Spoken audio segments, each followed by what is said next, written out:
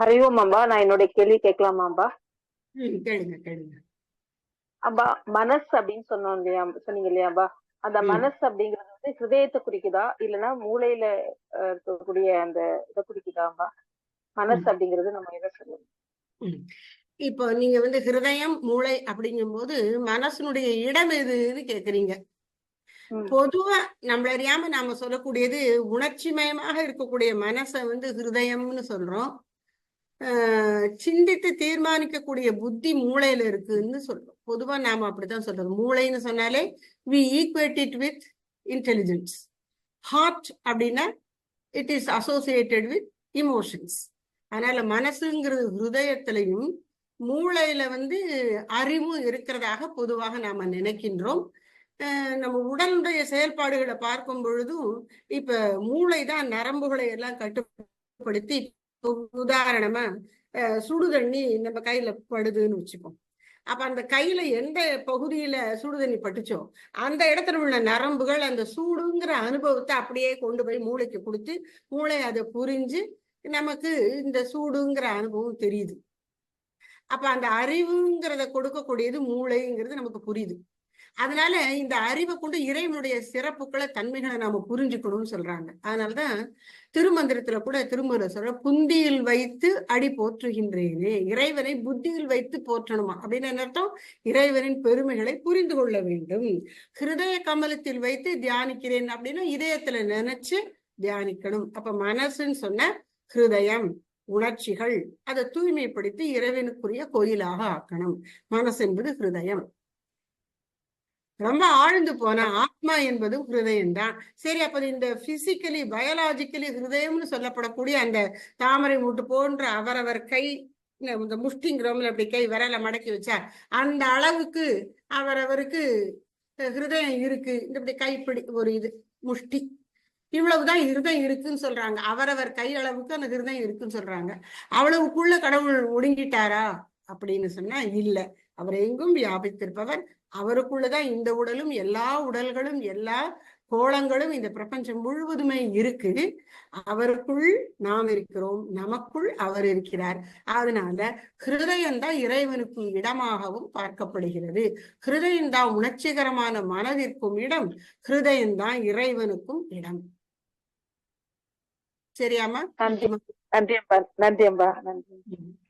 வேற யாருக்காவது ஏதாவது கேள்வி இருந்தா கேட்கலாம். அம்பா, என்னுடைய கேள்வியை நான் கேட்கிறேன்பா. ஒரு குரூப்ல நம்ம குரூப் கம்யூனிகேஷன் பண்ணும்போது, இப்போ ஒர்க்ல இருந்ததுன்னா அந்த மாதிரி நம்ம வேலை நிமித்தமா ஒரு குரூப் ஆஃப் பீப்புளை நம்ம ஃபேஸ் பண்ணும்போது ரியாக்ட் ஆகாம கொஞ்சம் அப்சர்வ் பண்ணி மெதுவா நிதானமா முடிவெடுக்கிறதுக்கு என்ன பண்ணணும்பா? இந்த கேள்வியிலே பதில் இருக்கு. முதல்ல ரியாக்ட் ஆகாம இப்ப அவங்க ஒண்ணு சொல்றாங்க, அது நம்மளுக்கு பிடிக்கல அல்லது அதை நம்மளால ஏற்றுக்கொள்ள முடியல, ஒத்துக்கொள்ள முடியல. அப்ப உடனே நம்முடைய அந்த எதிர்மறை எதிர் விளைவை உடனே காமிக்காம கொஞ்சம் நிறுத்திக்கணும். அப்புறம் அவங்க சொன்னதனுடைய முழு தன்மையும் தரோவா புரிந்து கொண்டு எடுத்து சொல்றதுக்கு தயாரா இருக்கணும். தேவைப்பட்டால் தேவைப்பட்ட அளவு மட்டும். ஏன்னா பெரும்பாலோர் அவங்க நினைக்கிறதுதான் சொல்ல விரும்புவாங்களே ஒழிய நம்ம சொல்றத கேட்க தயாரா இருக்க மாட்டாங்க. கான்வர்சேஷன்ங்கிற உரையாடல்ல 2 பேரும் பேசுறதுங்கிறது கொஞ்சமா இருக்கும். ஒருத்தரையே தான் பேசிட்டு இருப்பாங்க.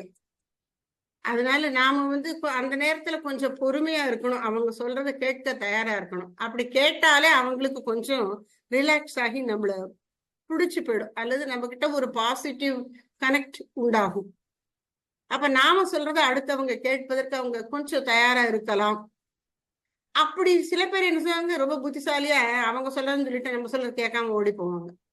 அவங்கள்ட்ட நாம கொஞ்சம் ரொம்ப பொறுமைங்கிற பேர்ல வாய்ப்பை விட்டுடாம அவங்கள்ட்ட சொல்லவும் வேணும், அவங்களுக்கு புரிய வைக்கவும் வேணும். இது 2 பேரும் சம்பந்தப்பட்டதா இருக்கு. நாம நினைக்கிறது நாம செய்யறது மட்டும் இல்லை, எதிராளியும் நம்ம சொல்றதை கேட்கறதுக்கு தயாரா இருக்கணும். அப்படி கேட்கறதுக்கு தயாராக இல்லாதவங்கள்ட்டையும் நாம வாய்ப்பு கிடைக்கும் போது புரிய வச்சு, நீங்க இப்படி கேட்காம போறது ஒரு மாதிரி அநியாயம் பண்ண மாதிரி ஆயிடுது. நீங்க சொல்றதெல்லாம் என்னை கேட்கணுங்கிறீங்க, நான் சொல்றது நீங்க கேட்காமலே போக கூடாது. முதல்ல காது கொடுத்து கேளுங்க, அப்புறம் செய்யலாம்னா எதை செய்ய முடியுமோ அதை செய்யுங்கன்னு ஏதாவது ஒரு வாய்ப்புல அவர்களுக்கு நாம புரிய வைக்கணும். அப்புறம் நாம அவங்களுக்கு நல்லதுதான் செய்ய நினைக்கிறோம், அவங்க நல்லா இருக்கணும்னு நினைக்கிறோங்கிறத புரிய வைக்கணும். அப்பதான் அவங்க நம்மகிட்ட பேசுறதுக்கே வருவாங்க. நம்ம காரியத்துக்காகத்தான் அவங்கள்ட்ட போறோம்னு சொன்னா அவங்க ஓடி போயிடுவாங்க. அதனால யாருக்கிட்ட நம்ம பேசினாலும், என்ன சொன்னாலும், என்ன செஞ்சாலும், என்ன அவங்கள்ட்ட இருந்து நாம கேட்டாலும், அதனால அவங்களுக்கு என்ன பிரயோஜனம்னு அவங்களுக்கு புரிய வைக்கணும். அப்பதான் அவங்க நமக்காக அதை செய்ய வருவாங்க. அதை நாம முதல்ல சொல்லிட்டா கூட அவங்க புரிந்து கொள்வதற்கு அல்லது தொடர்ந்து கேட்பதற்கு வாய்ப்பு இருக்கு. அதனால மக்களை சந்திக்கும் பொழுது நாம கொஞ்சம் பொறுமையாக இருந்துதான் சொல்லணும். சில நேரங்கள்ல நாம கொஞ்சம் அவர்களை அடக்கி மேலெழுந்து நாம சொல்ல வேண்டியதையும் சொல்லணும். அவர்களுக்கு விட்டு கொடுத்து கொண்டே இருந்தா நம்மளுக்கு வாய்ப்பை கொடுக்க மாட்டாங்க. அப்ப நாம கொஞ்சம் இரு அப்படின்னு ஒரு தட்டு தட்டின மாதிரி நம்ம சொல்லணும். ஆனா அது அவங்களுக்கு பிடிக்காது. அவங்களோட ஈகோவை ஹர்ட் பண்ணும். நம்மளை திருப்பி அடிக்கிறதுக்கு காத்து கொண்டே இருப்பாங்க. அப்பதான் நம்ம அவங்களுக்கு புரிய வைக்கணும், உன்னை பிடிக்காமலோ உனக்கு கஷ்டம் கொடுக்கணுங்கிறதுக்காக நான் சொல்லலை, இதுதான் நியாயம் அப்படிங்கிறத நம்ம அவங்களுக்கு எடுத்து சொல்லணும். அதனால பொதுப்பட விட்டு கொடுத்து அவங்க சொல்றதை கேட்டு அப்புறம் நம்ம ப்ரொசீட் பண்ணுவோம் அப்படிங்கிற ஒரு பொறுமையை நம்ம மனசுல அந்த நோக்கத்தை சரியா புரிய வைக்கணும் மனசுக்கு, நம்ம மனசுக்கு. அப்பதான் அது அந்த சூழல் வரும்போது பொறுமையா இருக்கும். மனசுக்கு அது புரியணும். நான் பொறுமையா இருந்தா பொறுத்தாள் பூமி ஆழ்வார்னு எனக்கு தான் அது நல்லது, அதனால நான் பொறுமையா இருப்பேன் என்று மனது நினைக்கும்படி நாம அதற்கு சொல்லிக் கொடுக்கணும். சில நேரங்கள்ல இந்த பொறுமையை விட்டு ஒதுக்கி வச்சுட்டு ஒரு ஸ்ட்ராங் ஆக்ஷன் எடுக்க வேண்டிய இருக்கும். எதிராளியை அடக்கி நாம மேல் எழணும், அதற்கும் தேவை வரும். அப்படி இருக்கும் பொழுது அதுக்கும் தயாரா இருக்கணும். ஆனா பொதுப்பட பொறுமையாகவும் காது கொடுத்து கேட்பவர்களாகவும் நாம் இருக்கணும். அதுதான் நல்ல உறவுக்கு. அல்லது இப்ப ரத்த சொந்தம்னு இல்லாம ஆபீஸ்ல நமக்கு தொடர்புகள் இருக்குமே, அந்த இடத்துல எல்லாம் இந்த கேட்கிற மனப்பான்மை, அவன் தான் தலைவனா இருப்பானா, இல்லாட்டா வெறும் பாஸா எஜமானனா இருப்பான். நீ சொல்றது நான் கேட்க மாட்டேன், நான் சொல்றது நீ கேட்கணும்னு சொன்னா அவன் எஜமானன், அடக்கி ஒடுக்கி வச்சிருவான். நீ சொல்லு நான் கேட்கிறேன் அப்படின்னா ஒரு தலைவன், சக மனிதனாகவும் ஆனா உன்னை விட கூடுதலா செய்யக்கூடிய திறமுடையவன்கிற முறையில நாம தலைவனாக உருவாகிடும். ஆனா எப்பவுமே சொல்றதெல்லாம் கேட்டுக்கிட்டே இருந்தாலும் நம்ம தலையில மிளகா அரைச்சிருவாங்க. ரொம்ப ஒரு நெருக்கடி நேரத்துல நம்மளை அசர்ட் பண்ணவும் நம்ம தயாரா இருக்கணும். அது ஒரு 30%, 40%, 60-70% காது கொடுத்து கேட்கிறேன் அப்படின்னு நாம வச்சுக்கணும். சூழ்நிலைக்கு ஏற்ப நாம டிசைட் பண்ணிக்கணும். ரெண்டுத்துக்கும் தயாரா இருக்கணும். ஆனா அதிகம் இருப்பது பொறுமையாக கேட்பதில் தான் இருக்கிறது. जय पराशक्ति महामाई की जय। जय श्री शारदा महामाई की जय। நன்றி அம்பா. நன்றி அம்பா. நன்றி அம்பா. நமஸ்காரம். நமஸ்காரம். நமஸ்காரம் அம்பா. நமஸ்காரம். நமஸ்காரம் அம்பா. ஒன்றே ஒன்று அம்பா, நம்மளுடைய ஒரு செயல்பாடை பிறர் இந்த சமர்ப்பணத்தை இயலாமைன்னு நினைக்கிறாங்க. பிறருடைய அந்த தன்னம்பிக்கை நம்மளுக்கு சில நேரங்கள்ல ஆணவமா தெரியுது. அதாவது கடவுள் நம்பிக்கை இல்லாதவங்களுடைய நம்மளுக்கு ஆணவமா தெரியுது. அவர்களுக்கு நம்மளுடைய செயல்பாடுகள், அதாவது இந்த சமர்ப்பணங்கிறது இயலாமையா தெரியுது. சமர்ப்பணம் பண்றவங்களுடைய உறுதியான செயல்பாடு கூட ஆணவமா தெரியறதுக்கும் வாய்ப்பு இருக்கு. அப்படியும் உண்டு. நாம இறைவனை நம்பி உறுதியாக ஸ்டெப் எடுக்கும் போது அவங்க நம்மளை பார்த்து திமிரு பிடிச்சு அலையறான்னு கூட சொல்லுவாங்க. அப்படியும் வாய்ப்பு இருக்கு. அதாவது இறைவனுக்கு நம்மை அர்ப்பணம் பண்ணும்போது என்ன நிகழ்கிறதுங்கிறத பத்தி கொஞ்சம் மனசு எனக்கு ஆராய்ச்சி பண்ணுச்சு. அப்ப நான் ஒரு நாள் ஒண்ணு கண்டுபிடிச்சேன். ஞானிகள் மகான்களுக்கு இயல்பா இருக்கும், எனக்கு அது ரொம்ப தேடலுக்கு அப்புறம் அது கண்டுபிடிச்சேன். என்ன அப்படின்னு, அதாவது நம்முடைய மனசுங்கிறதுல பார்த்தோம் இல்லையா, மனம் ஆகிய உணர்ச்சிகளின் இடமாகிய மனம், அறிவுமயமான புத்தி, தீர்மானிக்கிற அகங்காரம், எல்லா பதிவுகளையும் சேர்த்து வைக்கிற சித்தம் அப்படின்னு சொன்னோம்ல. இதுல நாம இறைவன்ட்ட அர்ப்பணம் பண்ணும்போது நான் விட்டு கொடுத்துட்டேன், எனக்கு வேண்டாம் அப்படின்னு சொல்றது இந்த ஈகோ தான். நான் செய்யறேங்கிற இந்த அகங்காரத்தை நாம விட்டு கொடுத்துடணும். அகங்காரத்தை தான் பலி கொடுக்கணும். ஆட விட்டுறாங்க அது இதுங்கிறாங்கல்ல, நம்ம அகங்காரத்தை தான் வெட்டணும்.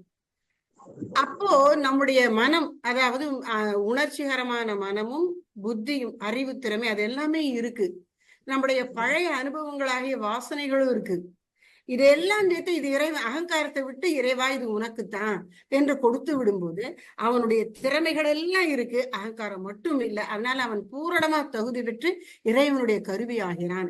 எப்ப நம்ம அகங்காரத்தை அப்படி பலி கொடுக்கிறோமோ அப்பதான் இறைவனுக்குரிய கருவி ஆகிறோம். அப்போ அவன்கிட்ட தன்னை குறிச்ச பெருமை இருக்காது, தனக்குள் வேலை செய்து கொண்டிருக்கிற அந்த பேராற்றலை பற்றின ஒரு உணர்வு இருக்கும். அதுதான் ஒரு பெரும் தன்னம்பிக்கையா வரும். இப்ப சமீபத்துல நம்ம பிரதம மந்திரி பேசினதை கூட ரொம்ப மிஸ்ரெப்ரசன்ட் பண்ணினாங்க. அந்த பத்திரிகையில போட்டதை படிச்சா நம்ம கூட என்ன இவர் இப்படி எல்லாம் பேச ஆரம்பிச்சிட்டாரு அப்படின்னு தோணும். உண்மையில அவர் என்ன சொல்லியிருக்கிறாரு, நான் செய்யல, இதெல்லாம் இறையாற்றல் செய்கிறது, என்ன கருவியா தேர்ந்தெடுத்துக்குன்னு பணிவாட்ட அவர் சொல்லியிருக்கிறார். இவங்க திரிச்சு போட்டது பார்த்தா நான் கடவுளின் அவதாரம், நான் இதெல்லாம் செய்ய பிறந்தவன், அப்படி ஏதோ ஒரு டிக்டேட்டர் மாதிரியே அவரை சித்தரிக்கணும்னு கொண்டு வராங்க.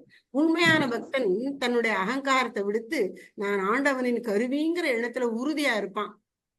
அதுக்கு நம்ம செய்ய வேண்டியது இந்த 4ல ஈகோ தான் போகணும். ஈகோ போனா உன்னுடைய மனமும் புத்தியும் பதிவுகளும் இருக்கும், அதெல்லாம் இறைவனுக்கு கொடுத்துருவான். அதை கொண்டு நாம இறைவனுக்கு இப்ப இதை செய்ய முடியுமான பெண்கள் எடுத்துக்குவோமே. நாம பொதுவா நீங்கள்லாம் குடும்பத்துல இதை செய்து கொண்டுதான் இருக்கிறீர்கள். ஒரு தாய் இதுவா அதுவா அப்படின்னு வரும்போது தன்னோட அவ விட்டு கொடுத்து குழந்தைகளுக்காகவும் கணவருக்காகவும் குடும்பத்துக்காகவும் நிறைய தியாகங்கள் பண்றா இல்லையா? உங்க எல்லாருடைய வாழ்க்கையிலும் நீங்க பார்த்திருப்பீங்க. அப்ப நம்ம அந்தந்த இடத்துல எல்லாம் நம்ம ஈகோவை விட்டு கொடுக்குறோம். இதை ஏன் கடவுள் விஷயத்துல நம்மளால பண்ண முடியாது? அப்போ அத கச்சேரி இப்ப ஈகோ விட்டு கொடுக்குறதுன்னா என்ன? ஒரு காரியத்தை நான் செஞ்சேன் அப்படின்னு அதுக்கு கிரெடிட் எடுத்துக்கிறோம் பாருங்க, அது ஈகோ. அதை விட்டுறணும். அப்படின்னா ஒருத்தர் நம்மளை பாராட்டலைன்னா நமக்கு ஏமாற்றமா இருக்கக்கூடாது. ஒருத்தர் பாராட்டினாங்கன்னா அப்படியே கிரீடம் வச்சுட்டு மாதிரி மகிழ்ச்சி அடைஞ்சிடக்கூடாது. இதுதான் ஈகோ விட்டு கொடுக்கறதுங்கிறது. அப்ப நம்முடைய வாழ்க்கையில எந்த அளவுக்கு இந்த ஈகோ விட்டு கொடுக்கறதுக்கு நாம பயிற்சி பெறுகிறோமோ அந்த அளவுக்கு நம்ம உண்மையாவே இறைவனுக்கு அர்ப்பணம் பண்ண முடியும். இறைவன் நம் மூலமாக தன் பெருங்காரியங்களை ஆற்றிக் கொள்வார் அப்படிங்கிறது எனக்கு ஒரு ஒரு ஒரு ரெவலேஷன் மாதிரி ஒரு நாள் புரிஞ்சுது. யோசிச்சுட்டே இருந்த போது டக்குன்னு புரிஞ்சுது. ஓஹோ, அப்போ ஞானிகளுக்குள்ளேயே அவங்களுடைய திறமையிலேயே வேறுபாடுகள் இருக்கு பாருங்க. சங்கரர் ஒரு மாதிரி சேவை பண்றார், ராமானுஜர் வேற மாதிரி பண்றார், மத்வர் வேற மாதிரி பண்றாரு, சுவாமி விவேகானந்தர் வேற மாதிரி பண்றாரு, ஸ்ரீராமகிருஷ்ணர் ஒரு மாதிரி, ரமணர் வேறொரு மாதிரி. இப்ப இங்க எல்லார்ட்டையும் இருக்கக்கூடிய பொது என்ன, அவங்க ஈகோவை பலி கொடுத்துட்டாங்க, அது பொது. அதுக்கப்புறம் அவரவர் மூலம் நடந்தது ஏன் அப்படின்னா இறைவனுடைய வெவ்வேறு விதமான செயல்பாடுகள் நிறைவேறணும்ல. அவரவருடைய அந்த திறமைகள் இருந்தா தானே முடிப்பார். அதுதான் நான் சொல்ல வந்தேன், அங்க விட்டுட்டேன், இப்ப சொல்றேன். அர்ஜுனன் திறமசாலியா தன்னை வைத்துக் கொண்டான். அதனால அவனை எப்படி கூப்பிடுறாரு ஸ்ரீகிருஷ்ணன்? சவ்யசாட்சின், இடக்கையாலும் அம்பு எய்யவல்ல வீரா. அதாவது எல்லாரும் என்ன பண்ணுவாங்களா, வில்ல இடது கையில பிடிச்சு அம்ப நாண்ல பொருத்தி இப்படி இழுத்து விடுவாங்களாம். அப்ப அம்ப விடுவது வலது கையால, நானும் அம்பையும் சேர்த்து பிடிக்கிறது வலது கை, வில்ல பிடித்திருப்பது இடது கை. ஒரு அவசரம் நான் இந்த பக்கம் அவர் என்ன பண்ணுவானா அர்ஜுனன் டக்குன்னு ரொம்ப குவிக்லி இந்த ஃபிராக்ஷன் ஆஃப் அ செகண்ட் வலது கையில வில்ல பிடிச்சு இடது கையால அம்பையும் நாணையும் இழுத்து இலக்க சரியா அடிக்க முடியுமா? இந்த 2 கை அப்படி டெக்ஸ்ட்ரஸா வேலை செய்யறது எல்லாருக்கும் முடியாதான். அப்படி வில்ல கையாளுவது அது அர்ஜுனனுக்கு முடியுமா? இப்ப அவன் அவ்வளவு திறமசாலியா இருந்தான். அவன் ஒன்னும் சொப்ளாங்கி இல்லை, அப்ப கையால் ஆகாதவன் இல்லை இல்லையா? அப்புறம் அதுக்காக நான் தான் இது எல்லாத்தையும் செஞ்சு முடிச்சேன் என்ன அப்படி இல்லை. ஏற்கனவே அந்த செத்தவாம்பு அடிச்சமா நீ திரும்ப அடிச்சிருக்க அப்படின்னு கர்ணன் படத்துல வரும் கிருஷ்ணர் சொல்றதாக. அப்ப இவர்கள் எல்லாம் ஏற்கனவே என்னால் கொல்லப்பட்டிருக்கிறார்கள், என்னால் கொல்லப்பட்ட இவர்களை என் கையில் கருவியாயிருந்து கொல் அப்படிங்கிறார் கிருஷ்ணர். அதனால மற்றவர்களுக்கு புரிகிறதோ இல்லையோ, நமக்கு தெரியக்கூடிய விஷயம் உண்மை என்ன அப்படின்னு இறைவனுடைய திருவுள்ளத்தால் இவையெல்லாம்